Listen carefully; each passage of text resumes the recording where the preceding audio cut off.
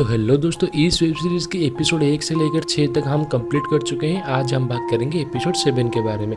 कहानी की शुरुआत पर पास्ट पर दिखाया जाता है, जहां पर जो शुभेंदु मुखर्जी है वो अपने पास्ट पर कैसे जी रहा था, वो कैसे नॉर्मल लाइफ जी रहा था, वो सब दिखाया जाता है। और एक चीज़ हमें दिखाया जाता है, जब मुखर्जी एक दिन अपने कमरे पर सोने जाता है और वो देखता है अपने कर्नल को, जो कि आज तक जेल में कैद होकर था। और 15 साल के बाद जब वो लौटा, वो एकदम जो शुभेंदु मुखर्जी घर पर होता है वो वहाँ पर आ जाता है। और वो शुभेंदु मुखर्जी उससे बात करता है। वो बोलता है कि हमें बाहर पर बात करना चाहिए। आउटडोर पर आता है और वो बहुत कुछ बात करते हैं। यहाँ पर उनका जो कर्नल होता है वो बोलता है कि हमें बलवंत राय का बदला लेना चाहिए, ये करना चाहिए, वो करना चाहिए। लेकिन यहाँ पर शुभेंदु मुखर्जी बोलता है कि हमें अभी ऐसा नहीं करना चाहिए। यहाँ पर उनका जो कर्नल होता है वो बोलता है कि मैं तुम्हारे बेटे जो ऋतिक मुखर्जी है, मैं उसे सारा एविडेंस प्रोवाइड किया था, सारे कोऑर्डिनेट्स प्रोवाइड किया था। और यहाँ पर जो शुभेंदु मुखर्जी वो एकदम गुस्सा हो जाता है। तो वो बोलता है कि तुमने मेरे बेटे को क्यों चूज़ किया। और यहाँ पर उनके कर्नल बोलते हैं कि तुम्हारे बेटे को ये जानने की ज़रूरत है कि उसका पिता कोई गुनहगार नहीं है। और इसके बाद हमें दिखाया जाता है उनका जो कर्नल होता है और जो शुभेंदु मुखर्जी होता है, एक जो नॉर्मन आर्यन की जो कंसाइनमेंट है वो एकदम रोक कर वहाँ पर हमला करते हैं। लेकिन एक आदमी को छोड़ देते हैं। वो क्यों छोड़ते हैं वो हमें आगे चलकर पता चलेगा। अगले सीन पर हमें पता चलता है कि शुभेंदु मुखर्जी अपने बेटे ऋतिक मुखर्जी को कॉल करता है। वो उसे बोलता है कि तुमको जो इन्फॉर्मेशन जो प्रोवाइड करते थे वो अब नहीं प्रोवाइड करेंगे, अब वो मैं प्रोवाइड करूंगा। ऋतिक मुखर्जी बोलते हैं कि उनको क्या हुआ। और यहाँ पर वो कुछ नहीं बोलते, क्योंकि उनका जो कर्नल है वो 15 साल के बाद जब जेल से लौटे उनका नर्व सिस्टम काम करना एकदम छोड़ दिया था। क्योंकि जेल पर क्या खाना पीना था, इसके लिए उनका तबीयत एकदम खराब हो जाती है और उनके पास कुछ ही दिनों की वक्त थी। और इसीलिए शुभेंदु मुखर्जी अपने बेटे को बोलता है कि अब मैं तुम्हें इन्फॉर्मेशन प्रोवाइड करूंगा। लेकिन वो अपना परिचय नहीं देते। कहानी शिफ्ट होती है प्रेजेंट पर, मतलब कि 2018 पर, जहाँ पर दिखाया जाता है ऋतिक मुखर्जी बहुत ज़्यादा घायल हो चुका है उसके छाती पे छुरा लगने के कारण। और यहाँ पर जो नॉर्मन आर्यन है वो भी एकदम टेंशन हो जाता है, क्योंकि उसका माँ का प्रेशर आता है। वो बोलता है कि कंसाइनमेंट आज तक क्यों यहाँ पर नहीं पहुँचा।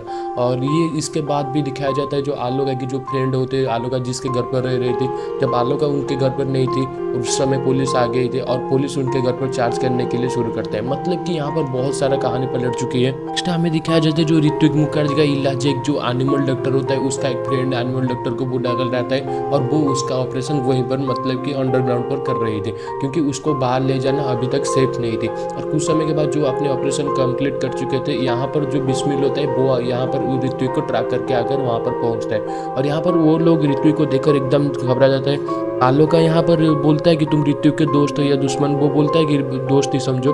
और बिस्मिल यहाँ पर उनके बहुत ज़्यादा हेल्प करता है। नेक्स्ट सीन शिफ्ट होता है हॉस्पिटल पर, जहाँ पर दिखाया जाता है जो महेश होता है उनके जो आईबी टीम के ऑफिसर का मतलब जो लीड होता है, वो बोलता है कि ऋतिक मुखर्जी ने हिमांशु सर को मारकर चला गया। लेकिन वहाँ के जो सितारा होता है वो बोलता है कि ये ऐसा क्यों करेंगे, क्योंकि कोई आदमी गोली मारकर एम्बुलेंस तो नहीं बुलाएगा। इसलिए वो बहुत ज़्यादा झगड़े होने के कारण उसका बात भी कोई नहीं सुनता। नेक्स्ट सीन शिफ्ट होता है हिमांशु के पास, जहाँ पर हम दिखाया जाता है हिमांशु का भी होश आ चुका है। और वो उनका जो सीबीआई टीम का ऑफिसर जो उनके पास था वो उसे बोलता है कि यहाँ पर जो था वो चला गया, मतलब कि महेश के बारे में। जब वो चला जाता है वो बोलता है कि हमें अब ऋतिक को ढूंढने के लिए जाना चाहिए। यहाँ पर से एक तो हमें कहानी कंफर्म हो जाती है क्यों हिमांशु उनके साथ पर नहीं है। यहाँ पर हमें शिफ्ट होता है जब कहानी फिर से ऋतिक के पास, हम देखते हैं ऋतिक मुखर्जी अब तक उसका होश आ चुका है। यहाँ पर हम देखते हैं बलवंत राय को, जो कि शक्ति आर्यन अपने नाम रख चुकी है। मतलब बेस बदलने के साथ सब कुछ बदल दिया आपने। और यहाँ पर वहाँ के जो सारे जो बड़े बड़े ड्रग डीलर होते हैं वो बोलते हैं कि तुमने आज तक कंसाइनमेंट क्यों नहीं ला पाया, यदि वो इतना देर क्यों होता है। और तुम्हें ये भी पता चलेगा हम किसी को सेकेंड चांस नहीं देते। लेकिन यहाँ पर जो बलवंत राय है उसका नाम अब तक शक्ति आर्यन हो चुका है। वो बोलता है कि मुझे लड़ना बहुत पसंद है, मैं ये कंसाइनमेंट को किसी भी हालत में नहीं रोकना चाहूँगा, तुम्हारा ऑर्डर तुम्हारे पास ही पहुँच जाएगा। मतलब कि ये लोग उसे बहुत ज़्यादा परेशान करते हैं। मतलब कि कंसाइनमेंट बहुत देर जो हो चुकी है लेकिन आज तक नहीं पहुँचा। अब नेक्स्ट सीन शिफ्ट होता है कलकत्ता पर, जहाँ पर हम देखते हैं जो बैंक के एम्प्लॉय जो ऋतिक मुखर्जी लाकर उनके लॉबी में रखाया गया था, लोग महेश को कॉल करते हैं। वो बोलते हैं कि सर अब हम रिपोर्ट किसको देना चाहिए, क्योंकि हिमांशु सर तो अब घायल है और ऋतिक सर तो अब तक भी उनका लापता है, तो मैं किसी को दूंगा। ये बात जो महेश है उनको कुछ नहीं पता चलता था और वो वहाँ पर जाकर पहुँचता है। और पहुँचने के बाद कहानी शिफ्ट होती है यहाँ पर फिर से ऋतिक के पास। ऋतिक आलोका को बोलता है कि तुम यहाँ पर सेफ नहीं हो, तुम और तुम्हारे फ्रेंड यहाँ पर से जल्दी चले जाओ और तुम्हारे पास जो बहन है वो हमें दे दो। और लेकिन ये आलोका यहाँ पर नहीं मानती। वो बोलता है कि तुम्हारा क्या होगा। लेकिन यहाँ पर जो बिस्मिल होता है वो बोलता है कि मैं उनका ख्याल रखूँगा, क्योंकि कंसाइनमेंट रोकना बहुत ज़्यादा ज़रूरी है और उनके पास अभी तक भी बहुत कम समय है। नेक्स्ट दिखाया जाता है महेश जब अपने ऑफिस पर पहुंचता है, वहाँ के सारे आईबीडी में ऑफिसर को बुलाता है और वो बोलता है कि मैं अभी तक का इंचार्ज हूँ और जब तक हिमांशु इसका इंचार्ज नहीं है मैं सारे सबको लीड करूंगा।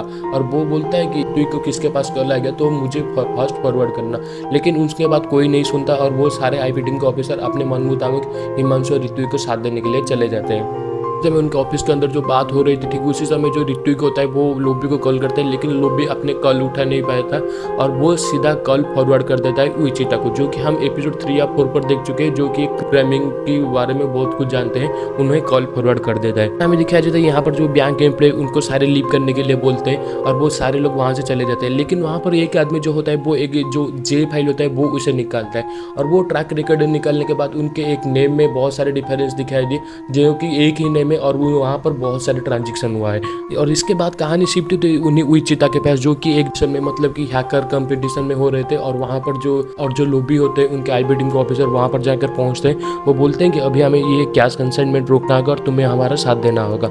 नेक्स्ट सीन शिफ्ट होता है जहाँ पर हम देखते हैं बिस्मिल और जो ऋत्विक की जगह पर छुप रहे थे और उनका एक जो इनक्रिप्टेड मैसेज ऑन हो गया था और उसके बाद जो नमन आर्यन के जो गुंडे हैं वो आकर यहाँ पर सीधा उनके ऊपर अटैक करते हैं, लेकिन जो अटैक करने के अंदर ही उनके पास ही जो आलोका है और उसके फ्रेंड उनके आसपास ही थे, वो एकदम अपने बयान लेकर आते हैं और ऋत्विक मुखर्जी और बिस्मिल को ले जाते हैं और इसी ले जाते समय बिस्मिल को भी एक गोली लग जाता है। दिखाया जाता है लोबी के दादाजी के घर पर जहाँ पर उनका एक स्टोर हाउस था। लोबी उन लोगों को मतलब कि उइचिता की टीम को वहाँ पर लेकर आ गया था क्योंकि उन्हें ये बात पब्लिक को नहीं बतानी चाहिए थी और ये एकदम सिक्योर रहना चाहिए था। और वहाँ पर लाइट वाइट भी कुछ नहीं होता, वो एकदम एक जनरेटर स्टार्ट करते हैं और उस जनरेटर की मदद से यहाँ पर वो उससे ट्रैक करने के लिए कोशिश करते हैं। नेक्स्ट हमें दिखाया जाता है नमन आर्यन को उसकी माँ की कॉल आती है, वो बोलता है कि अब तक कंसाइनमेंट कहाँ तक पहुँचा, अब हमें कहाँ तक मतलब कि कब तक मिलेगा।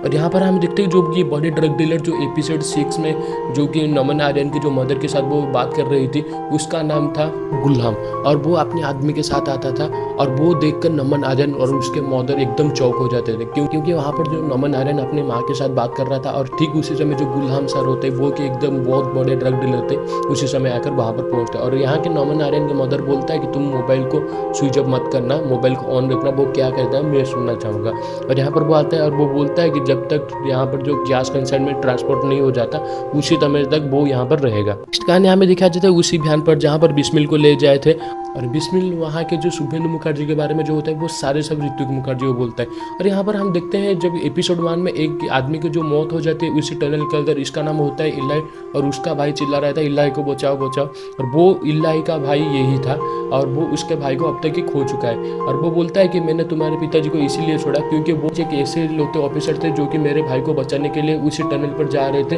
और वहाँ के जो लीड होते हैं वो उस टनल को उड़ा देते हैं। वो मेरे भाई को बचाने के कारण मैं भी उनके ऊपर गोली नहीं चला पाया और मैं भी 11 ऑफिसर को नहीं मारा, जिस ऑफिसर ने मेरे भाई को मारने के लिए जो ऑर्डर दिया था मैं उसी ऑफिसर को मारा। जो सारे बाकी ऑफिसर है उन्हें तो प्रदीप, बलवंत और उनके और एक साथी मिलकर मार दिए। यहाँ पर से ऋत्विक मुखर्जी को एकदम पता चल जाता है कि उसके पिता एकदम निर्दोष है, उनको उनकी तरफ फंसाने की कोशिश किया गया था। नेक्स्ट टाइम जब कर्नल और शुभेंदु मुखर्जी अटैक किए थे नमन आर्यन के कंसाइनमेंट पर, उसी समय जो शुभेंदु मुखर्जी है वो बिस्मिल को छोड़ देता है और बिस्मिल वहीं से बन जाता है जो शुभेंदु मुखर्जी का इन्फॉर्मर, मतलब कि कहाँ पर कैश पहुंचा, कहाँ कैश डिले होने वाला है, वो सारे सब कुछ बताने वाला था। और नेक्स्ट टाइम देखते हैं जो बिस्मिल और जो ऋत्विक मुखर्जी वो आलोका को घर ड्रॉप कर और उनको एक पेन ड्राइव देकर चले जाते हैं जिस पेन ड्राइव में जो नमन आर्यन का सारे ट्रांजेक्शन है। और वो जब ठीक उसी समय पर पहुंचते हैं उन्हें जीपीएस ट्रैक करके लोगों बोलता है कि यहीं पर है, मतलब कि स्पेसिफिक लोकेशन पर। वहाँ पर जब वो देखते हैं वहाँ पर जितने भी सारे ट्रक है मतलब वो उसको सारे जगह पुलिस एकदम नाकाबंदी करके रखा है। और यहाँ पर जो ऋत्विक मुखर्जी वो अपना गन निकालता है और वो सारे पुलिस को डरा धमका कर वही ट्रक पर कब्जा करने के लिए जाता है। लेकिन जब वो के डोर खोलता है वो देखता है कि ट्रक के अंदर कुछ भी नहीं है, मतलब कि पैसा गया तो गया कहाँ। और जो प्रोग्रामर होते हैं वो यहाँ पर बोलते हैं कि ये जो लोकेशन मिला है ये एकदम ग्लिच होकर हमें गलत लोकेशन मिला है, मतलब कि असली लोकेशन मधुपुर में है। और यह बात जब पता चलता है यहीं पर एक ऐसी कहानी होती है जो आपको भी विश्वास नहीं होगा। और यहाँ पर जो सितारा होता है वो गोली से एक आदमी को उड़ा देता है। ये देखकर लोबी और उसके साथी बहुत ज़्यादा डर जाते हैं और इसके बाद सितारा उन दोनों को भी मार देता है। यहाँ पर से और एक ट्विस्ट जो आ गया, सितारा भी जो नमन आर्यन के साथ इंटरकनेक्टेड है या और किसी के साथ, क्योंकि वो अभी तक इन तीनों को मार चुका है। तो एपिसोड 8 में क्या होगा, मतलब कि और भी ज़्यादा इंटरेस्टिंग है। तो दोस्तों ऐसे ही कहानी देखने के लिए हमारे चैनल पर बने रहिए। Thank you.